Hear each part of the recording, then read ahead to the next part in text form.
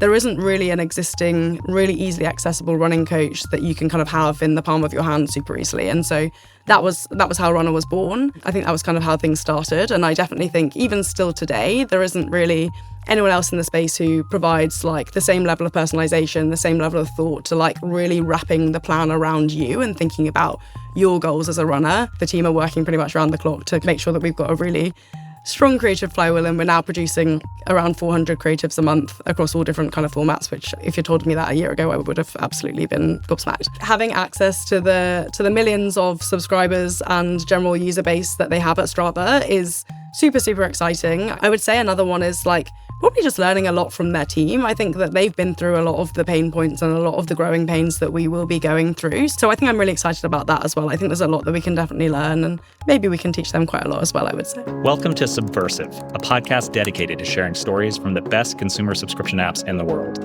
We'll bring you lessons for how to grow your consumer subscription business, including insights and inflection points that led to exponential growth from leaders at category-defining companies and innovative startups. Let's get into the show. My guest today is Miranda Paine, the head of growth at Runna, a top-rated fitness app that uses AI to create personalized training plans for runners. In this episode, I talked to Miranda about how Runna's laser focus on product innovation for runners, as well as its deep commitment to building strong relationships within the running community, has helped it to achieve breakout success in the crowded health and fitness category. We also discuss how Runna's rigorous approach to creating, testing, and optimizing user-generated content on channels like TikTok and Instagram, as well as its aspirational product positioning and highly priced subscription plan, have fueled its rapid revenue growth, ultimately leading to its recent acquisition by Strava.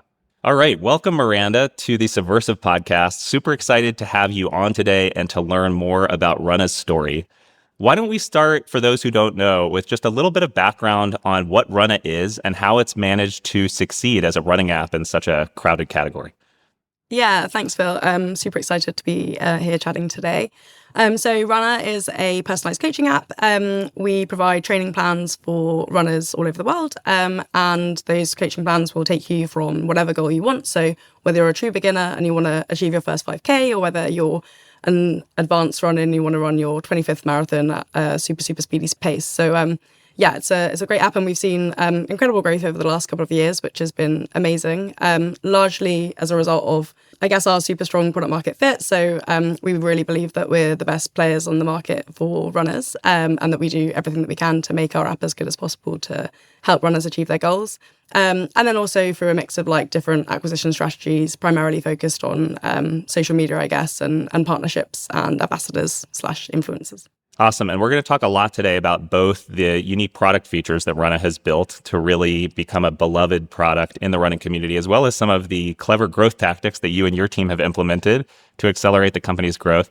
But before we go there, why don't we just learn a little bit more about you and your background? You've worked at a couple other fitness companies before joining Runna. So what did your path to Runna look like?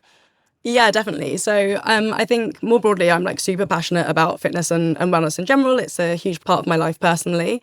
And so I'm always somebody who's really motivated to work somewhere where I'm like super excited by the product and I could see myself as a customer themselves. And so I guess I started at a boutique fitness studio actually called Flykick, and that was where I was in a pure marketing role. It gave me a really great perspective across the entire marketing spectrum. So I did everything from brand, partnerships, influencers, events, and then like a lot of digital marketing. And that's where I really found my love of, I guess, performance marketing specifically and SEO. And I'm a scientist at heart, so I studied a master's in marine biology, quite nichely, at university. And so I think I was really excited to be able to bring data and marketing together. From there, I moved on to a subscription app called Fiit. So that's a subscription app that provides like at-home workouts for people. And I moved there during the pandemic. So it was a super, super high growth period for the brand. And when I joined there, I managed all of their growth marketing, but also kind of took my first foray into products. So I helped product manage the website, which was incredible. And I realized that I loved being able to bridge that gap and think about how you can solve growth problems across both product and marketing, as opposed to just thinking about the marketing side of things. So that put me in really good stead to then join Runna. So fast forward to November 2023 was when I joined Runna. And I think like I'm definitely a huge startup fan, so enjoy like the super fast paced environment. And that's a lot of what I learned from my time at Flykick and then Fiit, and then applied that a runner, because we definitely have a real bias for action, and there's definitely a ridiculous pace that we move at. And I think like having learned a lot from my time at Fiit about both what to do and what not to do has really worked well for me at Runna. Yeah, I mean, it really does sound like you have the perfect background, both because you've seen fitness a couple of other times from a couple of other angles, but then also you have both the growth marketing and the growth product background. And I don't know about you, but I find that more and more of the biggest opportunities in technology growth teams right now are coming from this intersection between product and marketing. So let's start on the product side.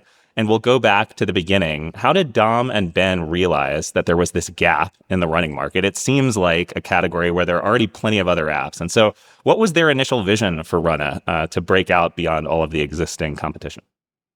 Yeah, definitely. So I guess like a quick whistle-stop tour of how Runna even came to be was actually that Ben and Dom were friends at university. And then after university, Ben was coaching Dom. He was his running coach. And he was doing that for multiple other people. And then he didn't have enough capacity to take on any more clients. And Dom, with a background in engineering, realized that actually he thought that there would be a way that they could set something up, set up a service that would enable them to be able to reach more people, just A, so that Ben could take on more clients, but B, so that we could help more people in the same way as Dom had been helped. And so that was how Runna, well, it was originally the Run Buddy, was born. And I think the kind of like gap there was that originally it was just like a PDF plan, and they realized that like not many people have really easy access to like actual high quality running coaching. So you can spend a lot of money and get a really amazing running coach, or you can kind of look online and forage through a lot of different resources. But there isn't really an existing, like really easily accessible running coach that you can kind of have in the palm of your hand super easily. And so that was how Runna was born. Then they started thinking about all of the things that Ben applied to his coaching logic and how they could bring that into an app and make it a lot more self-serve. So I think that was kind of how things started. And I definitely think even still today, there isn't really anyone else in the space. Like, yes, it's super competitive, but not necessarily anyone else in the space who provides like the same level of personalization, the same level of thought to like really wrapping the plan around you and thinking about your goals as a runner. Obviously, there's people who are doing lots of other amazing things in the running space, but yeah, no one I don't think that does quite what we do. Yeah, well, and to me, that's a real sign of opportunity when you look at a category that appears to be crowded, but then when you really dig underneath the surface, there are some real holes. I remember I ran my first marathon a couple of years ago, and I found an app in the App Store. I can't even remember what the name of it was. I wasn't aware of Runna at that point. And, you know, it was good enough. I put in my race date, and it gave me a personalized plan for the next 100 days. And it was good enough, but it didn't really adapt to my performance on every run, how long it was taking me, how much recovery time I was giving myself. And it sounds like one of the real keys to Runna's success was just being a more dynamic experience, being a more personalized experience. And so can you talk through what were some of the early features that Runna innovated on that nobody else was providing that helped it to really take things to the next level for the running community? A lot of it may have already been in the app that you also mentioned, but I think like some of those at the very early stage were things like just having real clarity on like pacing and then providing like audio feedback in your ears, which a lot of people don't get from their apps, and like being able to understand whether you need to slow down or speed up. And then I think also like being able to interact with the coach. So we have like a chatbot within the app itself, and people find the ability to like interact with our either coaching team or now team of like expert runners as well. It was really, really useful early on, along with more basically like being able to structure your workouts and actually add structure to your current running routine, where a lot of people I think just kind of like go out without a structured plan. That was definitely one of the key things that people call out a lot within our reviews. Fast forward a little bit to like the last maybe year, and there's been some amazing developments. So the main one of those you kind of touched on briefly there, but we now utilize AI to really make sure that your plan is adapting around you. So as you're going out on your run, whether you're recording that on your Apple Watch, your Garmin, your wearable, or on your phone itself, we'll take that data and your performance data relative to the paces that we had originally set you, and then we'll feed that back into our engine and then calculate how your pace should adapt over time. And what that really means is that like you end up with like this hyper personalized product, which like you can't get from a blanket PDF, you can't get from like anybody other than really a real running coach who would be watching you and understanding your progress over time. And that's been game changing, I think, for our customers. I think that our runners like absolutely love the ability to get this little notification that's like, oh, you're smashing it, you're exceeding your targets. Would you like to increase your end pace target by a little bit? Or actually, it looks like you maybe need to slow things down a little bit. And actually, often people love that as well, because it makes them feel like their goals are more achievable and that they'll enjoy their training more, which is ultimately the most important thing.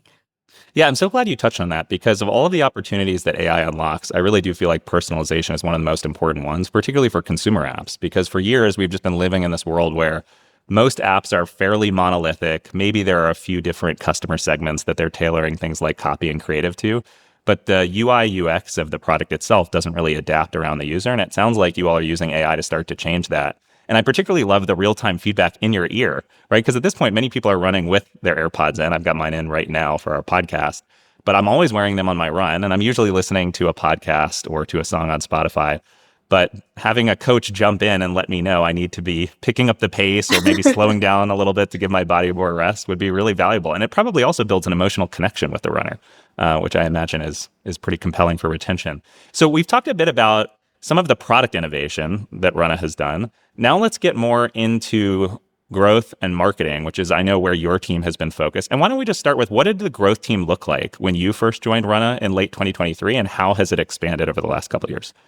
Yeah, definitely. So when I joined, I was one of three. So it was myself moonlighting as many roles at that particular moment in time. And then a growth engineer, and then a CRM lead. And there was about three of us in the team, and about 20 of us in the entire company. Fast forward to today, and there's just over 20 of us in the growth team alone, which is super exciting. And actually about 140 of us in the entire company. So things have definitely changed a lot in that time.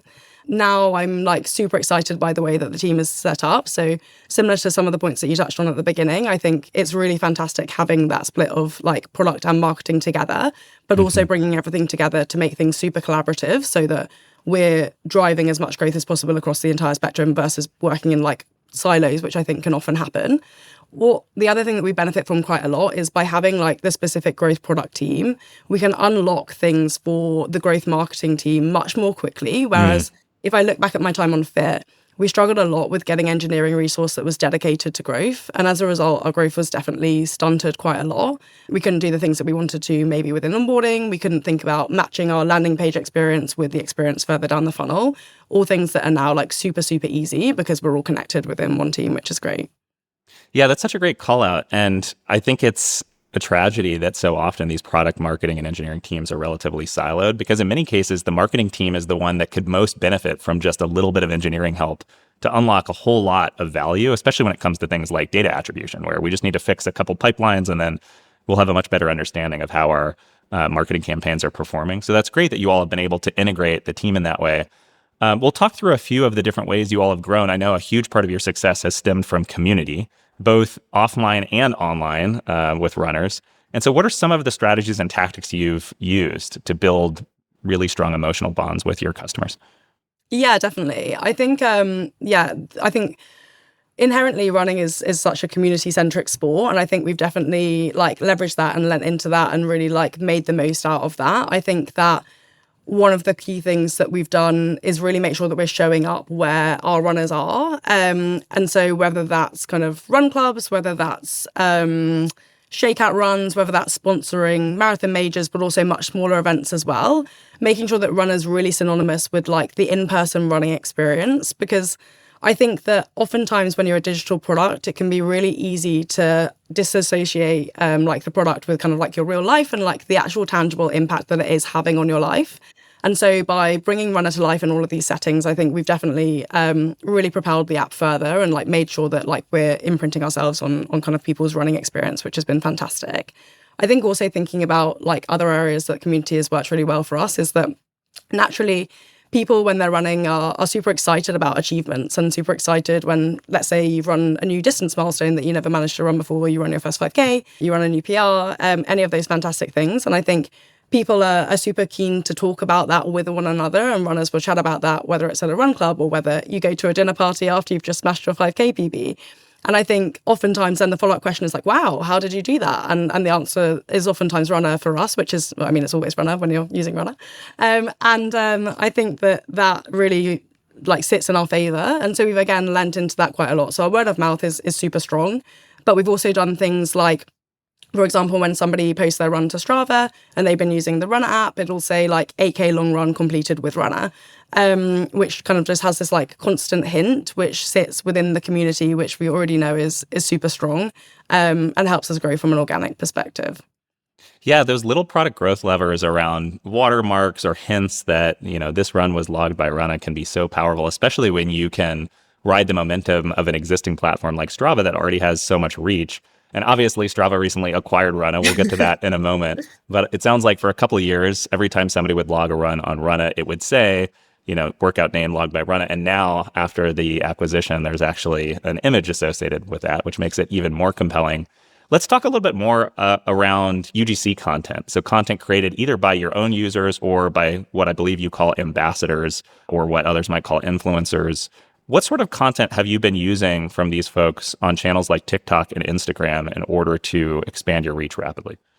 Yeah. So it's also definitely worth touching on the fact that I would say that our ambassador strategy really feeds into that community piece that we just mentioned. I think that we really make sure that first of all, we have an entire team that's purely dedicated to ambassadors. So I feel like a lot of times people try to use tooling to do what our ambassador team does, but we really do feel like it's been beneficial investing in building out that team. And we feel like we have one of the best ambassador programs in the world because all of the team have such amazing relationships with our ambassadors. And what that basically means is that they're going on the journey with us. So we're finding people who want to be ambassadors who actually care about using Runna and achieving their goal with Runna.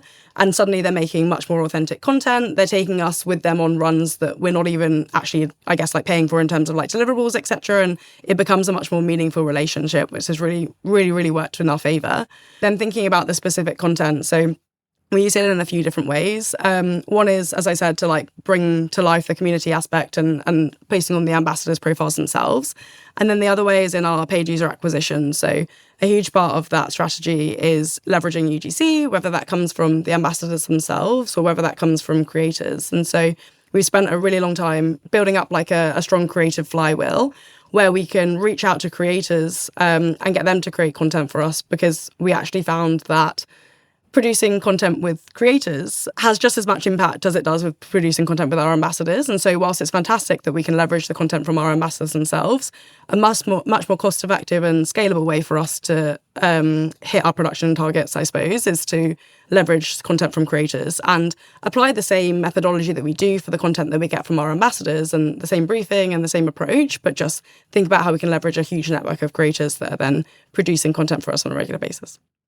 Yeah, I want to go deeper on this because this is such an important topic right now. There are so many consumer apps that are trying to grow on channels like TikTok and Instagram through Reels, and trying to use UGC in order to do that. I'll start with, how do you recruit your ambassadors and creators? What's the process you go through to find the right people to support your brand? Yeah, so we actually hilariously have a Slack channel where anybody in the team, because if you think about it, most of the people at Runna are either runners themselves or becoming runners themselves, and we're all very invested in the running community. And so we have a Slack channel where anybody can post somebody that they think would be a good ambassador that they've seen in their own travels. And I actually cannot even tell you how many people get posted into that channel. So that's a very good way of us leveraging the current staff, I guess, that we have at the in Runna. But no, aside from that, we use a couple of different platforms to think about the space in general. And then we also, the team themselves just spend, we have people that's their job, essentially. So their job is to think about outreach, to think about where is the next focus point for us geographically, and then how can we think about finding ambassadors that will work really well for us there. And so we have an outreach team, and then we also have a management team. And so between them, they will work on the strategy of finding the ambassadors, oftentimes organically, to be honest. We found that works a lot better than going through the tool. The tool is more to check engagement levels and actually how performant we think an ambassador will be. And then reaching out to them and building that relationship with them, and then ensuring that it's a meaningful relationship and something we want to invest in. Got it. So it sounds like it's a two-pronged approach. You have this in-house recruiting and management team that identifies the right ambassadors, onboards them, trains them, makes sure they're set up for success. But you also have this Slack group that allows everyone at the company, many of whom are also fitness enthusiasts and runners themselves, to identify potential ambassadors. I guess the next question then becomes, you've got these ambassadors. It sounds like you also have creators that you're partnering with. What does your creative iteration process look like? And what sort of creative has performed best for you over the last couple of years. If maybe you can provide 2 or 3 examples of video content that has really gone viral. Yeah. So in terms of our creative iteration process, it's very, very intensive. We spent quite a lot of time going backwards, forwards about like how we should land on the final process. And to be honest, it's constantly evolving. I think one thing that we found quite challenging is that our performance marketing budgets have been increasing quite substantially month on month. And so understanding how we can meet the demands of those budgets and still ensure that we're finding the super winners that we need in order to maintain performance at the standard that we need has been a really, really big challenge for us, I think, over the last 6 months particularly. The way that we've really approached it is by splitting into like net new concepts and then iterations of winners, and really doubling down on that iteration space where we know that we're going to find a lot more, I guess, fruitful, creative, and a lot more assets that we think will become super winners. We work with an external agency and we collaborate with them, and we have regular brainstorms that happen actually on a weekly basis where we take down all of the information that's currently performing well from an ads perspective, break all of those down and work out what the iterations can be for each of those currently high-performing winners that are in testing. And then we'll go away, produce them, and then we'll kind of like aim to have them live by the next week. So it's a super, I think, intense cycle where like the team are working pretty much around the clock to kind of make sure that we've got a really strong creative flywheel. And we're now producing, I think, around 400 creatives a month across all different kind of formats, which if you told me that a year ago, I would have absolutely been gobsmacked. So yeah, I think that kind of maybe answers the first part of that question. And then the second part of that question around what we see work. So we typically see that both UGC and statics will work well. The statics are generally what will convert people after they've seen some of the UGC creative. But on the UGC front, we've had 2 main streams that I think have worked well for us. The first is similar to the ambassador piece that I was talking about before, really following the narrative of somebody's experience. So making sure that we think about them before they were using Runna, and obviously using all manner of different hooks. So our hook testing strategy is very, very crazy. And making sure that we're experiencing them before they were using Runna, and then going through and following them to the point where normally they've achieved a race goal, because we find that race content is the content that performs the best for us. So really kind of like following that narrative from start to finish has performed really, really well, but doing it in such a way that differs for the different platforms. So on TikTok, it's super, super speedy. Like the cuts are so short, and oftentimes there actually might not even be any VO. It's just kind of like the visuals. It's a lot of audio, a lot of high intensity music, and it's just super easy to consume. And then on Instagram, it's a lot more thought through. It's slightly longer content, and it's more measured and considered, and follows the process with a lot more like voiceover, I think, and a lot more input. The second thing that has worked really, really well for us, which is much to the dismay of the team, is using internal team members. We had one piece of creative that was a super winner and stayed without fatiguing for, I think it was about 10 months. And one of the people in the team was so upset that she was constantly being the face of Runna, and people were commenting on the video saying, how long has this girl been training for this half marathon for? But yeah, I think like that's worked really well for us, just being able to be scrappy and do cuts of things that we know work. So we then took that creative, which for context was, again, a lot of quick cuts and leveraging the UI from our app within the creative itself. And then we've replicated that time and time again now with different models and different backgrounds, and thinking about US versus Australia versus UK. And that continues to perform really, really well for us. So I think probably a really big takeaway is, once you find a winning formula for UGC, just thinking about how you can like reskin that and rework it is really important from our perspective. Yeah, so I'm going to draw out 3 main takeaways I heard there. You let me know if I got it right. The first one was, and I've seen this with company after company, even though you would think TikTok and Instagram Reels are such similar channels, they actually beg different types of content. And so it sounds like, obviously, you've been telling some of the same stories across TikTok and Instagram. You gave the example of a runner's progression from the start of training until race day. But the way that you portray that story maybe looks a little bit different across TikTok and Instagram. So that's number 1. Number 2 is the power of authenticity. And this is another story I've seen over and over again, where oftentimes it's a company's own employees who end up performing as well or better than professional creators in certain cases, because they're just so authentic to the mission. They really believe in it, and that enthusiasm comes through in their voice and how they talk about the product. And then I guess the last one is just the importance of explore, exploit. So making sure that you're having those weekly brainstorm meetings, that you're casting a wide net, thinking outside the box. But then when you find a creative that's really working, doubling, tripling down on it, finding different angles to create content that looks similarly because you know that will perform well. Let's talk a little bit more about how AI has changed your process. Are there any particular AI tools you're using to either speed up the process of creating those 400 creatives per month or to just find better creatives faster? Yeah, so I think the two that probably stand out to me are Suno. So we use that to create music and audio that will go over our ads. And that works really well for us to be able to scale or rerun different ads, or also just avoid some of the terrible music that is royalty free. And then the other one of those is 11 Labs. So we use that for, I guess, creating ads that will work really well for us internationally. So let's say that an ad was originally recorded by someone with a British voice, then we'll rerun the same ad, but we'll use 11 Labs to create a voiceover that will work really nicely for us in the US and then also in Australia. So yeah, I think those are probably the two main ones that we use at the moment to think about how we can scale more quickly.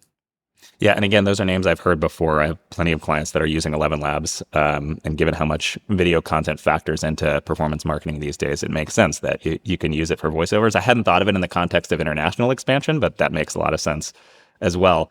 One last question before we get to our next topic is just around this intersection between product and marketing that we talked about before. So it sounds like when you joined Runna, most of the purchase activity was happening in-app. And one of the things you and your team has worked on is a web-to-app flow where you can ask users questions about their goals on the web.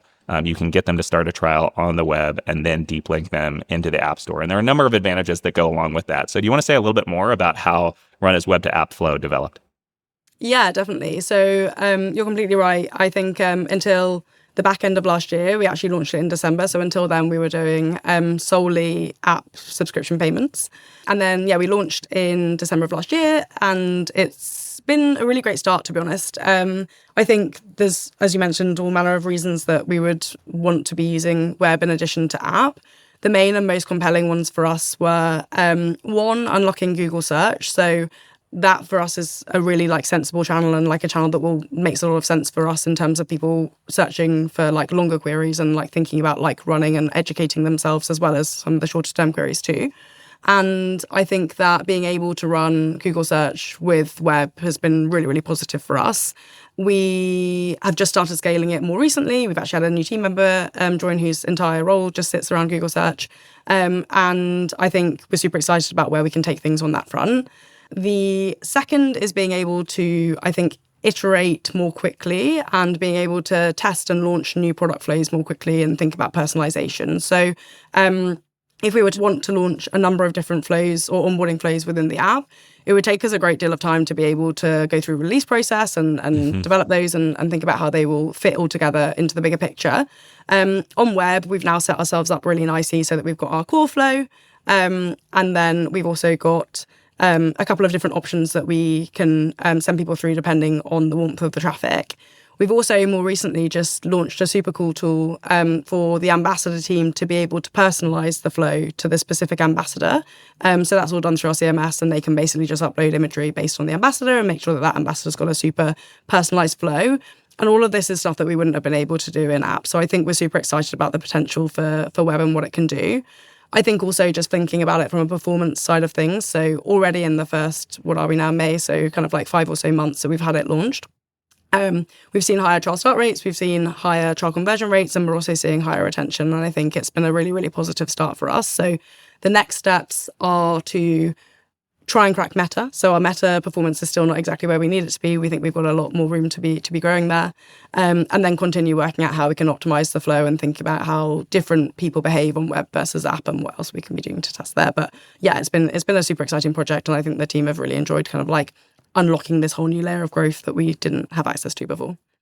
Yeah, well, that's great to hear that it's going so well. And for the companies that have really cracked web to app, I think you hit on a lot of the advantages, right? There's faster release cycles because you can iterate on web much more quickly than you can on iPhone or Android with release approvals required. Number two is you end up usually getting less involuntary churn if people check out through web, just because there are fewer payment failures. Obviously, you avoid the App Store fees, which is a nice advantage from a margin standpoint. And then you get that deterministic data that you can pass back to the ad networks to make your paid advertising campaigns more efficient.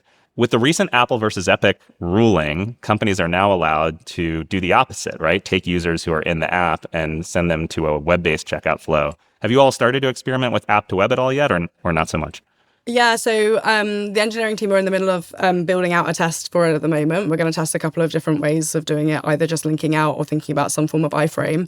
So the team are thinking about implementing at the moment, but we kind of wanted to sit and let the dust settle a tiny bit first, just to understand, maybe just send other people out to do the testing. And actually, it's been useful to do that. I think Revenue Cat did a super useful report of their testing that they did in their app Dipsy, and it's been so insightful understanding how that went and what learnings we can then apply to our approach. So I'm pretty happy that we did a little pause first before jumping in, but I think we will still test it because it's super exciting territory to try and conquer, right?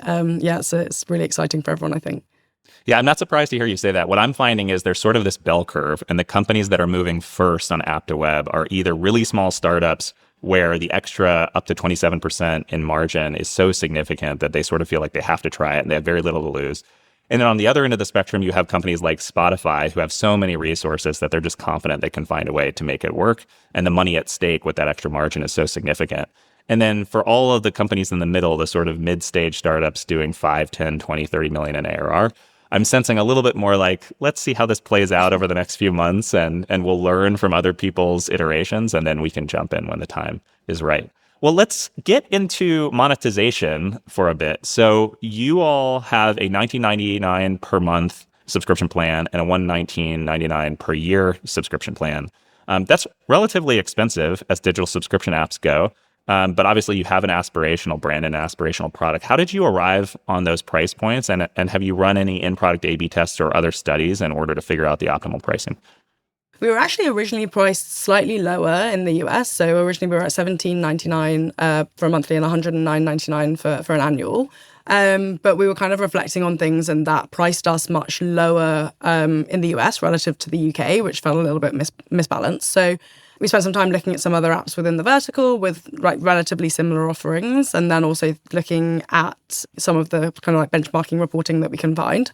And we decided that we'll experiment with slight price rise to where you see the pricing today, with a hypothesis that I guess people are willing to invest in their health and fitness and find something that like actually will be working versus kind of like a cheap fix, so to speak. I'm not saying that what we're charging is cheap, but to that point, what we saw was really surprising, actually. So we saw not just an increase in overall revenue, but an increase in our conversion rates as well. So we saw an increase in our trial start rates and an increase in our trial conversion rates as well. And so ultimately, we just stayed at the higher price point, and it's been pretty great from there. There was actually later a proposition to consider increasing the price again, at which point I then conducted like a willingness to pay analysis on our existing US and UK audiences, and we found that actually our current price positioning is pretty much spot on based on that. We were pretty happy with how things are sitting, and so we made the decision not to change things any further. So I think we'll kind of stick where we're at the moment, but it feels like we've landed in a pretty good place. But the first one was maybe slightly more finger in the air than it could have been. Yeah. Well, it's pretty typical, right? When you have a tech startup, you're moving fast, you only have so many resources. And so oftentimes initial prices are just set based off of what your competitors are charging in the market or what you believe you can charge based off of the available substitutes. But then the sophisticated companies, at the very least, run in-product A/B tests, or maybe they conduct additional studies like Van Westendorp or conjoint analysis. It sounds like you did a combination of those things and ultimately found, not surprisingly in many ways, that you were able to charge this premium price point because even though you have a relatively narrow target market, running is a huge market, right? But it's not like you're a horizontal health and fitness platform. You're very laser focused on runners. But for the people who are running 5Ks, 10Ks, marathons, they likely have very high willingness to pay in a lot of cases. And then this finding you had that increasing the prices not only increased average revenue per user, but actually increased subscriber conversion. While surprising, I have seen that happen in a few cases. There's something called a Veblen good where up to a point, increasing prices can signal premium quality. And so within reason, there are cases where it can actually increase conversion. So that's interesting to see. How did you all decide what to put before and after the paywall? You are a freemium product. And so what do you give away for free? And then what do subscribers have to pay for? Our free product is really focused around, our full free product. So we have a free product where you can access the entire plan. And that's available for anybody who is new to running or returning to running after a long break. So I guess like what you would call catch to 5K. The reason that's free is because we wanted to make sure that like the entry point to running is as accessible for people as possible, and getting to that first 5K or 3 mile milestone is like really easy for people to access. Beyond that, we give everybody a free 7-day trial, even if you don't have any kind of like code or anything like that. And after that, the whole plan is logged. So you can't really access anything within your plan afterwards. You can just kind of like record workouts if you'd like to. We landed there because I think like the value can definitely be seen within those first seven days, and I think it makes sense afterwards for people to think about investing in themselves and investing in the personalized plan that comes afterwards. We haven't really seen, like, I think it's been super positive. I think that we haven't actually considered putting more or less things behind the paywall, because I think it's kind of like the whole package and the ethos of Runna is that you're getting the entire coach, and we look at the entire app as the entire coach right now. So I guess there is a world where we could consider pulling out, e.g. the AI adaptive features and things like that, and putting them behind a different kind of paywall. But I think that ultimately we believe that everybody deserves like the same level of personalized coaching, and that should just be what the premium offering is. Yeah, I really love that bold stance, this idea that the whole is greater than the sum of its parts. And so we're going to give users a 7-day trial. During those 7 days, they have plenty of opportunities to go on runs, to experience the full power of Runna. But then once their trial has expired, they need to pay the subscription in order to access it, rather than going the freemium route where they can continue to use a subset of features for free, but they don't get to experience the full power of Runna. Makes a lot of sense in your case. How do you all approach discounts for users with less willingness or ability to pay for Runna? Do you offer any sort of either holiday-based discounts or strategic discounts focused on particular user types? Yeah, so on the whole, not really. We don't actually offer any kind of like, I suppose, day-to-day discounts. We do offer some discounts for example, like blue light and students as two kind of like cohorts that will receive discounts. But aside from that, we don't more broadly offer any other discounts. The main reasons for that is simply that I guess we don't necessarily want to devalue the product or create a psychology where people are like waiting and only purchasing at the point of discounting. And we haven't necessarily felt like we need to yet. We do occasionally run discounts for win back, but we recently did some testing where we found that actually the retention was higher for those who didn't receive the offer versus those who did. And ultimately the revenue amount that we were getting back from not putting the offer in was higher than those that had the offer. And so we've kind of pulled it out again. I think we'll continue testing in that space, but we're definitely not keen to launch any discounts anytime soon or any kind of like holiday discounts. The main thing that we do though is run like extended free trials and things like that. Got it. Yeah. Well, and this, again, fits with your aspirational brand and strategy. I think for some companies, discounts can be really powerful because users maybe aren't as affluent, or there are just a lot of cheap available alternatives, and the marginal cost of serving subscribers is so low that why not offer a discount? But in your case, I think it's really important that runners view Runna as the premium product in the ecosystem. And so you want to protect that. And one way to protect it is by avoiding cheapening your brand with too many discounts. So let's wrap up by talking about the big news that dropped in the last month or so, which is Strava acquiring Runna. And obviously there will be things you can talk about and things you can't talk about. And so trust you to speak to whatever you're comfortable speaking about. But let's just start with, when did Strava and Runna first start talking about a possible acquisition? And how did the talk sort of ultimately lead up and culminate in this acquisition decision? I believe it was in April. The conversations first started back in September, and then they were kind of ongoing from then all the way through until the April announcement that we made.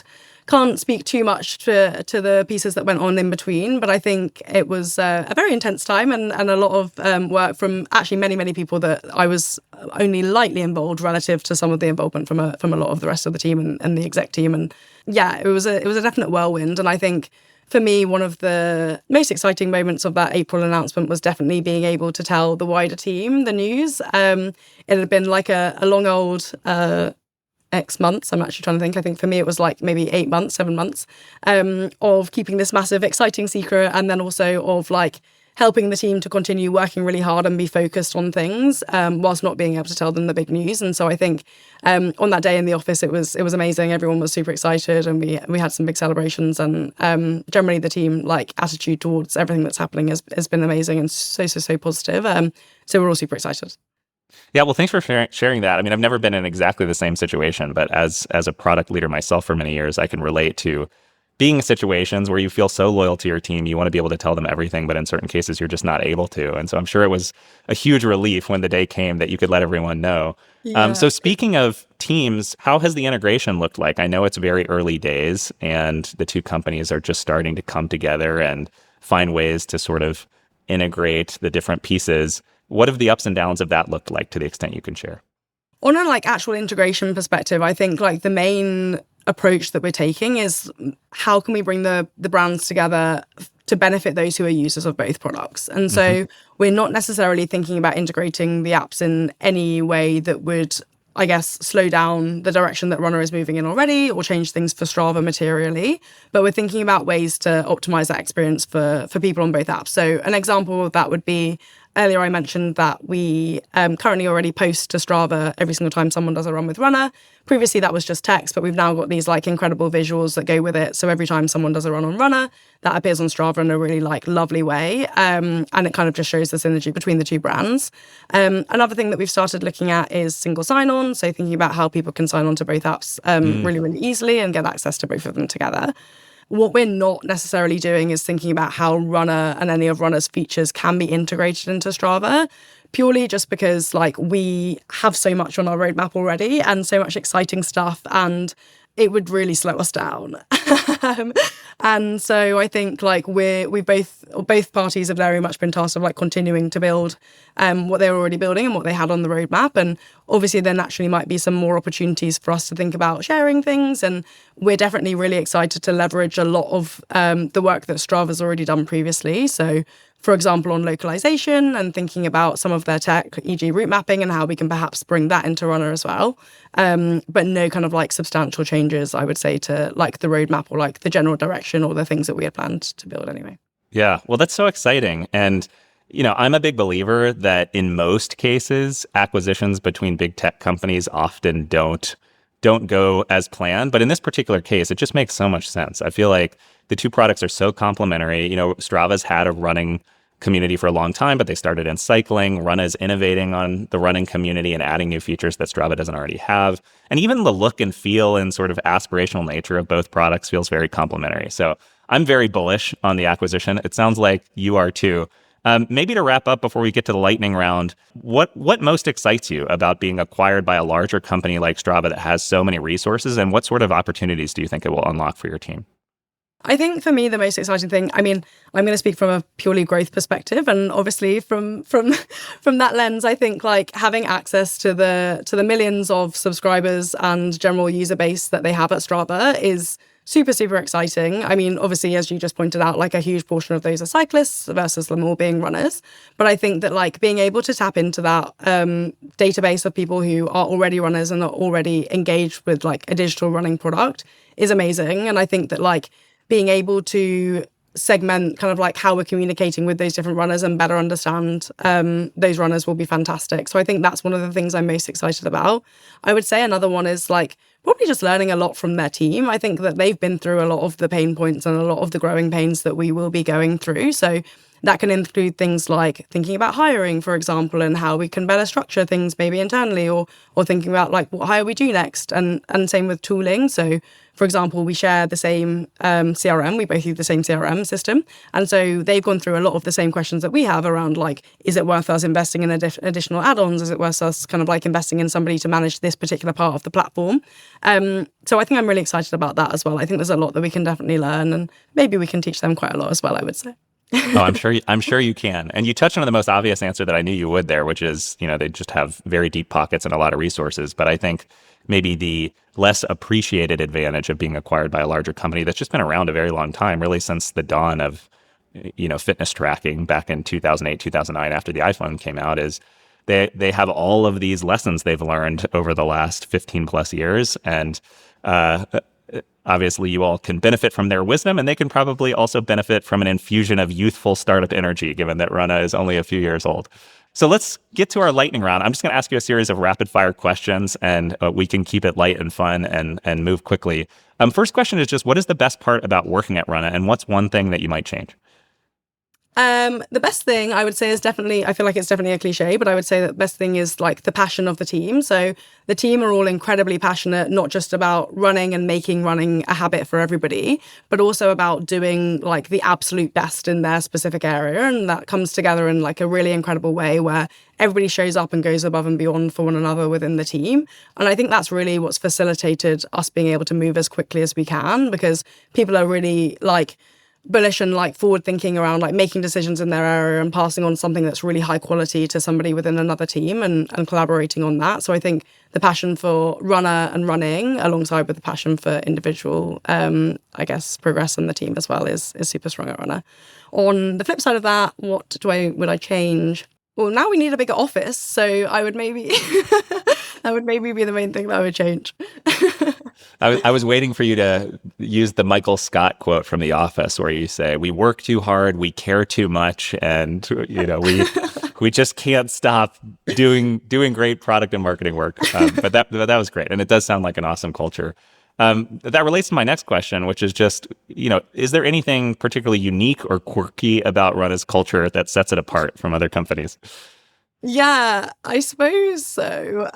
So we do on Mondays and Fridays this like push-up/squat challenge. We do it to a song called Sally Up. I don't know if you know it. But yeah, so essentially we have to all squat or push up to the beat. And we do that every single Monday and Friday. So I think that's probably one particularly unique thing that we do. Another would probably be that we have workout Wednesdays. So we all run together on Wednesdays and then go for lunch, which is amazing and so good for culture. Yeah. That's great. It's nice when you're a fitness company because building in these fitness routines as part of your culture is obviously going to be beneficial for everyone. It reminds me a little bit of, we had Ron Schneiderman, who was the CEO of All Trails for about a decade, I believe, on the podcast as one of our very first guests. And All Trails has Trail Day every month where everybody gets, I think it's a Friday off to get outside and enjoy the trails. And whenever you can do that, obviously it doesn't lend itself to every company's product, but I think in your particular case, it makes a lot of sense. So what does your running routine look like, and how has Runna made it better over the last couple of years? Yeah, so my running routine, I would say I run 2 to 3 times a week, maybe. I'm currently training for my first marathon, so I'm running Lisbon in October, which I'm super, super excited about. I guess in terms of how Runna has made it better, it's made it infinitely better. So for me, my main sport is netball, which I don't think you have in the US so much. But I think before Runna, I just used to run sporadically kind of around netball, but I would be doing netball or also CrossFit as my kind of like secondary sport. And so I didn't really necessarily like have a real passion or love for it. And I think since A, joining Runna, but B, just like starting to use the app, it's now made me so excited to run like as often as I can. And also like, if you'd told me 3 years ago that I would be doing a marathon, I would have absolutely like laughed out loud. So I think it's a real testament to like how much I've improved and how like incredible the app is. So yeah. Well, congratulations on taking the leap. As I said, I ran my first marathon in Steamboat here in Colorado a couple of years ago, and it was definitely a lot of work, but man, what a great experience. And I hope I get to do it again one day. It was wonderful. What's the top tip that you have for growth leaders trying to succeed in crowded categories like health and fitness? Really focus in on product. I think for us, like really honing in on your product and your differentiator, and how you can amplify that, not just on the product itself, but as in like in the correct spaces, is probably the key. So what I mean by that is for us, we know that like training for a race is like a really, really like core USP for us. And we know that our highest value users will be those who are training for races. And so we think about that on the product, but then we also really hone in on that on like the marketing, acquisition, community side of things as well. So yeah. Yeah, that makes a lot of sense. I just think focus is so important. And I think with AI democratizing the world of software development, it just means there are going to be more and more apps. There's going to be more and more competition. And so it makes focus even more important because I think there are going to be these smaller and smaller and more specialized niches that suddenly become viable. But you got to stay focused because the last thing you want is to try to be everything for everyone and then fail to be truly special for anyone. So last question here, and it relates to AI. How will AI change health and fitness and specifically running over the next 2 to 3 years, do you think? I think that there'll probably be more personalization. I think that there will be more personalization, but I think that with that increased demand for personalization, because I think that consumers are craving more and more personalized experience, especially when it comes to their health and fitness in general, there'll be a much less human touch. And I think that's like where people need to find the balance, because I think that the greater degree of personalization and being able to personalize at scale will be fantastic, but losing like human input and human understanding when it comes to health and fitness and running goals is fundamentally so important. And I think that like there is a risk of that maybe being lost at the kind of like cost of being able to scale things, which I think is where AI will probably come in and help people scale. Yeah, I think that's so well said. And it's a great point to end on, right? Because AI has the potential to unlock so many opportunities for human flourishing. But also, I think humans are at their best when they're outside, when they are paying attention to their physical fitness and their mental and emotional fitness. And so if AI can be used to enhance existing products like Strava and Runna, rather than replace them, then I think that is good for everyone. Well, thank you so much for coming on the podcast, Miranda. This has been such a pleasure. Any words that you want to leave the audience with before we wrap up here?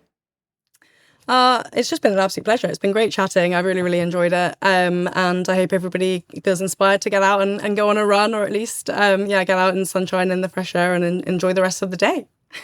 Well said. And likewise, thanks, Miranda, and best of luck with the Strava integration. Thanks, Phil.